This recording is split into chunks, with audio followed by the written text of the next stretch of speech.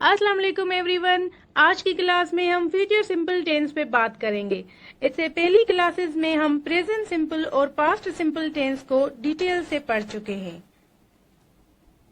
हमारी आज की हेडिंग्स हैं डेफिनेशन, इसके बाद formation of sentence in future simple tense, इसके अलावा how to recognise future simple tense.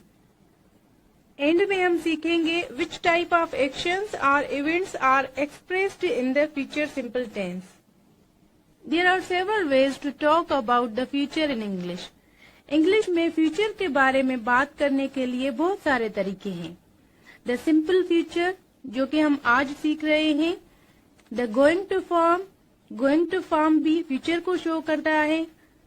इसके अलावा द प्रेजेंट सिंपल टेंस। जब हमने प्रेजेंट सिंपल टेंस पढ़ा था तो उसमें शेड्यूल्ड एक्शंस पढ़े थे। शेड्यूल्ड एक्शंस जो होते हैं वो हमें फ्यूचर का सेंस देते हैं। इसका मतलब है कि फ्यूचर की बात हम प्रेजेंट सिंपल टेंस में भी कर सकते हैं। डेफिनेशन देखें। The simple future tense is used to refer to actions और events that begin and end in the future. Future simple tense use होता है एक्शंस और इवेंट्स को जाहिर करने के लिए, रेफर करने के लिए। वो एक्शंस, वो इवेंट्स जो बिगिन होते हैं, स्टार्ट होते हैं या फिर एंड होते हैं फ्यूचर टाइम में। These events have not happened yet. ये इवेंट्स या फिर ये एक्शंस अभी तक हुए नहीं हैं, but will happen some time in the future. पर फ्यूचर में किसी टाइम पे होंगे। फॉर एग्जाम्पल, ये वॉल क्लॉक देखें। इसमें मतलब कि हम अभी इस टाइम पे हैं, आज या अभी के टाइम पे हैं। इसके बाद जो अपकमिंग टाइम में जो एक्शन होना स्टार्ट होगा और एंड होगा तो हम उसको फ्यूचर सिंपल टेंस कहते हैं। ऐसा एक्शन जो आने वाले वक्त में स्टार्ट होगा और एंड होगा। इसके असर्टिव सेंटेंस। असर्टिव सेंटेंस की फॉर्मेशन देखें। सब्जेक्ट प्लस विल और शैल प्लस बी, यानी कि base form of verb. Will और शैल जो है फ्यूचर सिंपल टेंस के हेल्पिंग वर्ब हैं। और वी यानी कि वर्ब। फर्स्ट वर्ब को हम बेस फॉर्म भी कहते हैं, रूट फॉर्म भी कहते हैं। सेंटेंस देखें। I will go to Sukkur. मैं सखर जाऊंगा। सखर के बाद हम कुछ और भी एक्सटेंशन भी सेंटेंस में ऐड कर सकते हैं। इसके बाद नेगेटिव सेंटेंस देखें। इसमें सब्जेक्ट प्लस विल नॉट और वोंट प्लस वी, यानी कि बेस फॉर्म ऑफ वर्ब आएगा और एक्सटेंशन भी लगा सकते हैं। I will not go to Sukkur. Negative sentence इस तरह से होगा। विल नॉट को जब हम शॉर्ट करते हैं तो वो वॉन्ट हो जाता है। वॉन्ट क्यों? क्योंकि विल नॉट और वुड नॉट सेम मीनिंग रखते हैं, तो इसका शॉर्ट जो है वुड नॉट से बनाएं। इसके बाद इंट्रोगेटिव सेंटेंस की फॉर्मेशन देखें। सबसे पहले हम विल और शैल रखेंगे सब्जेक्ट के मुताबिक। उसके बाद सब्जेक्ट आएगा, उसके बाद वर्ब आएगा और एंड में हम एक्सटेंशन भी लगा सकते हैं और इसमें क्वेश्चन मार्क भी लगानी है। Will you go to Sukkur. इसके बाद ये सेंटेंस जो है नेगेटिव और इंट्रोगेटिव सेंटेंस दोनों बातें होती है इस सेंटेंस में।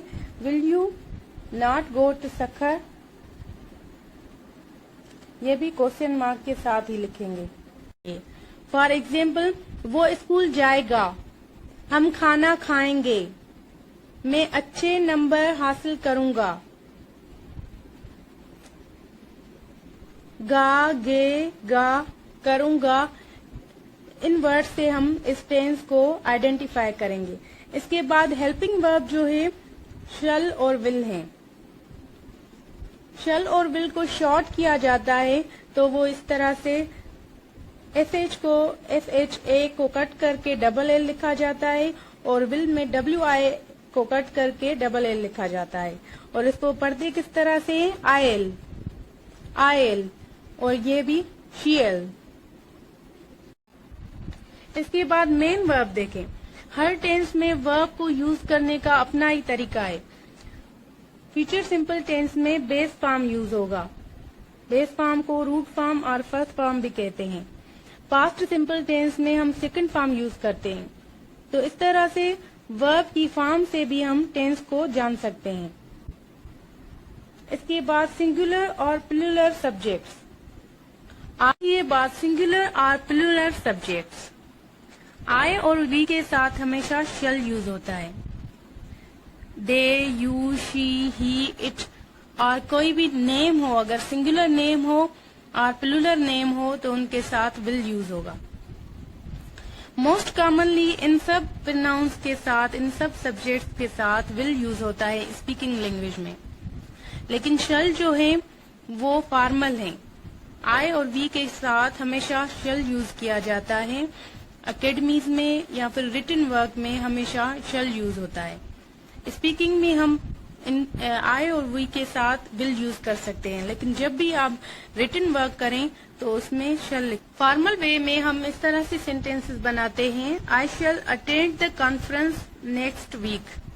She will travel to Spain in the summer.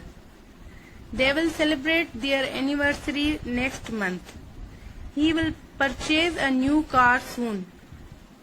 और इनफॉर्मल वे जो है, जो हमने पहले सेंटेंस गोइंग टू फॉर्म को हम पहले भी मेंशन कर चुके हैं। गोइंग टू फॉर्म फ्यूचर के लिए यूज करना इनफॉर्मल वे है। ये हम फ्रेंड्स और फैमिली में यूज कर सकते हैं, पर एकेडमीज में और रिटन वर्क में हम यूज नहीं कर सकते।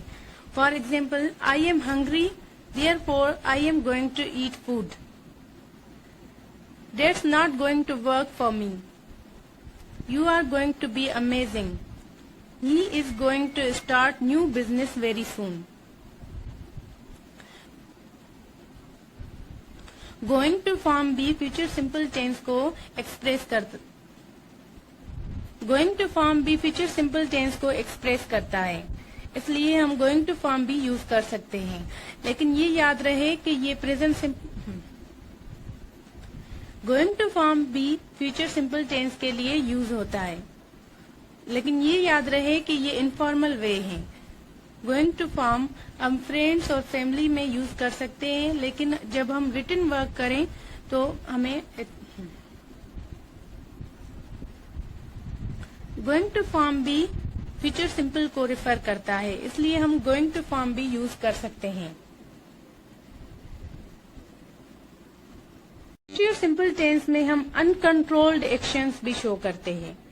अनकंट्रोल्ड एक्शंस का मतलब है कि ऐसी फैक्ट, ऐसी हकीकतें जो नेचुरली होनी हो, जिन पे हमारा कोई कंट्रोल ना हो। इसके बाद फॉर्मल एक्शंस भी शो करते हैं, प्लान्ड एक्शन, और बिजनेस एक्टिविटीज के लिए भी फ्यूचर सिंपल टेंस यूज होता है।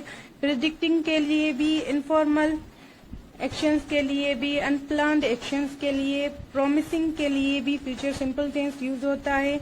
ऑफरिंग और पॉसिबिलिटी शो करने के लिए भी फ्यूचर सिंपल टेंस यूज होता है।